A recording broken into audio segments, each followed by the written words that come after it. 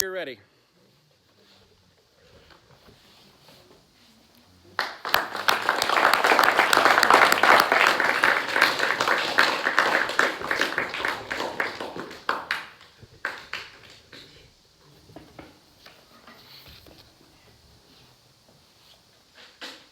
Hello, my name is Cristian Granados. I'll be playing advanced AP stage this year. This should be AP 1.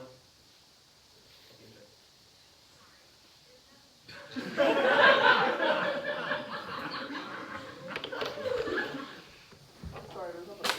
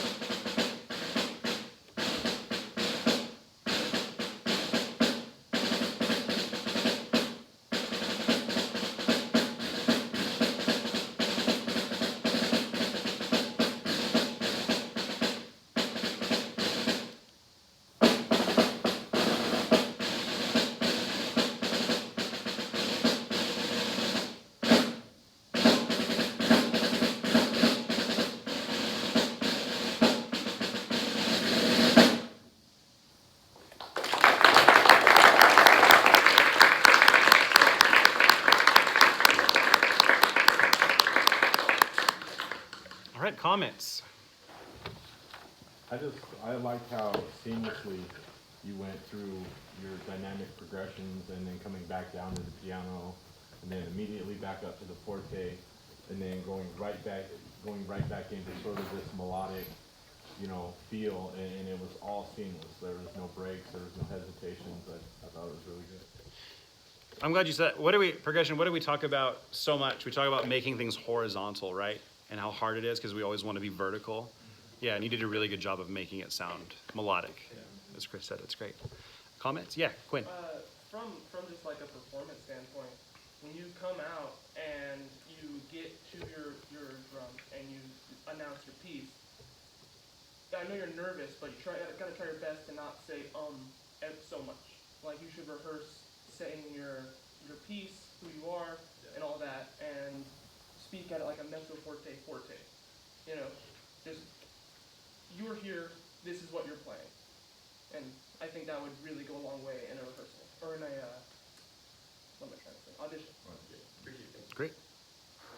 Other comments? Yeah. The piano didn't really sound so piano. Okay.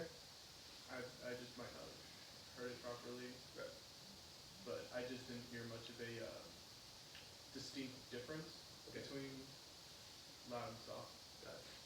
Why don't we try, Christian, you see that big piano crescendo roll in the second line of the first page?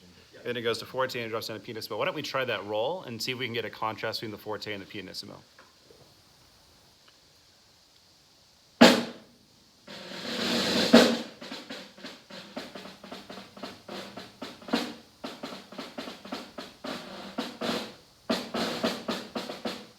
Yeah, good, good. One more time, same thing.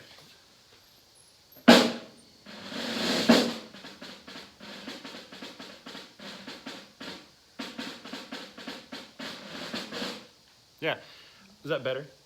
A little bit?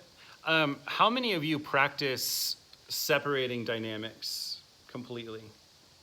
So you do, that's awesome, you do, that's great. So I do this with percussionists every once in a while, is what we'll do is we'll split things up and we'll put like a beat of rest in between fortes and pianos, or a couple beats of rest. So we can get really comfortable with the transition from loud to soft.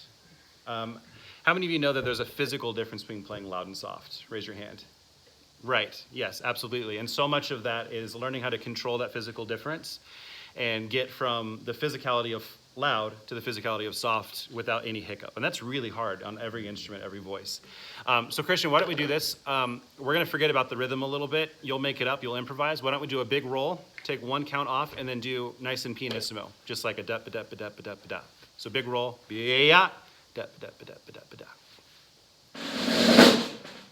A little more space between the two. Can you make it, I don't know if you guys feel this, but I feel like it's kind of rounding out to that pianissimo. It's like, da-ba-da-ba-da-ba-da. Can we take even more space and make sure that that first pianissimo is as soft as you can play it?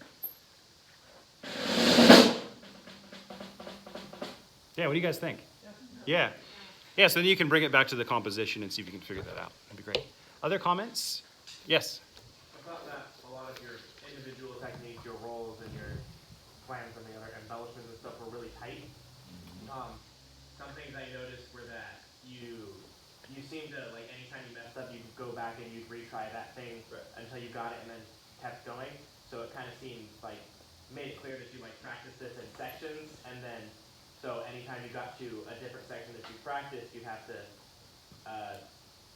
get a little used to transitioning through that, and then the part of the section that you knew was really tight and super clean. It was just the transitions between each section that were not so much. What is that called? We talked about this yesterday. What is that called, that kind of practice? Emily, you remember? We talked about this yesterday in our lesson too. There's woodshedding and then there's the other kind of practice. Anybody? It's very simple. It's called performance practice. Ta-da! Performance practice is when you pick something that you already know and you just run it, and you don't give a shit how bad it is. You just go, right? That's all you're gonna do. You're just gonna play through it. And that is really, really important for musicians, because what happens when we're on stage in front of a bunch of people? You're nervous and things go weird. I can't tell you the number of times I've been on stage and I'm doing something and I'm playing and I mess something up, and all of a sudden my brain just like fixates on something so stupid and I can't shake it. And I'm like, why am I thinking about this right now? So learning how to get yourself into that mode where you can really focus and perform, regardless of how inaccurate it may be, and just play through things is really important. What happens so often is in our practice sessions, we play until we mess up, we stop, and we start over again. That is training yourself to do that in performance. It's really a really bad habit, and it's a really hard habit to break. Christian knows you're not supposed to do that, right? You can't help it. It's just something that you've gotten so accustomed to doing. Yeah. Any other comments? Can we get one more? One more, anybody? Yeah, Eric. So this seems actually kind of weird. So in the version 3.4, it has your sections of it that feel like 6/8. And I feel like it seems like you have a little bit of trouble transitioning from those sections where it feels like 3/4, and then the sections where it feels like 6/8, or maybe I guess 9/8 in this sense. So try to look at which sections feel like what, and practice them according to that.